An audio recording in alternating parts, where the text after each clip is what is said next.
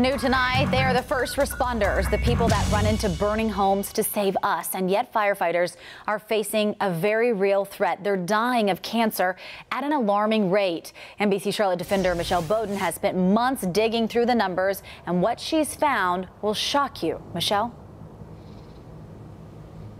Yeah, hey, Sarah, these numbers really are eye-opening. The numbers we found here in Charlotte in the last 3 years, 41 firefighters have battled cancer.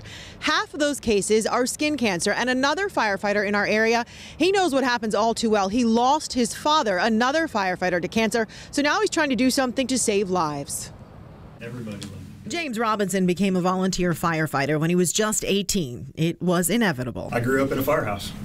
My father has been in the fire service since his 18th birthday. His dad, Tom, was a career firefighter in Burke County. He just responded to help people. He liked to be involved in it, and so he was. But a few years ago, a tiny bump on the bottom of his foot started to hurt. It just continued to grow and grow. The doctor's like, okay, just keep an eye on it, just because he wanted to work.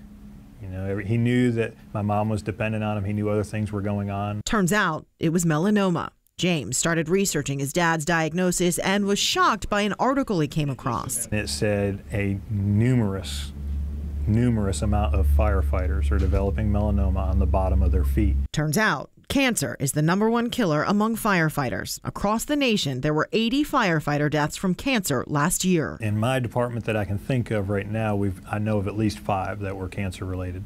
And that includes your dad? And that includes my dad. Is he the only one that's gone? No.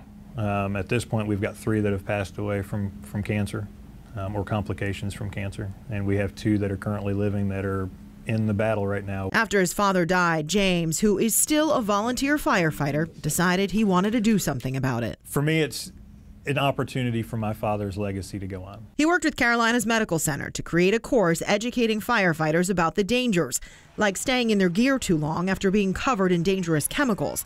The class is called Code Tom, stands for Taking on Melanoma, a name for his dad, Tom.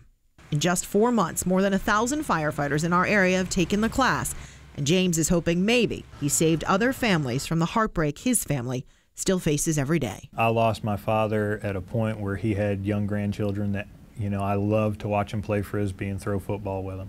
You know, that was his joy. And we've got a lot more information specifically on these classes. It's all on our website. You can find it at WCNC.com. Reporting live now in Charlotte, Michelle Bowden, NBC Charlotte. We definitely thank all of our first responders. Michelle, thank you so much for that report.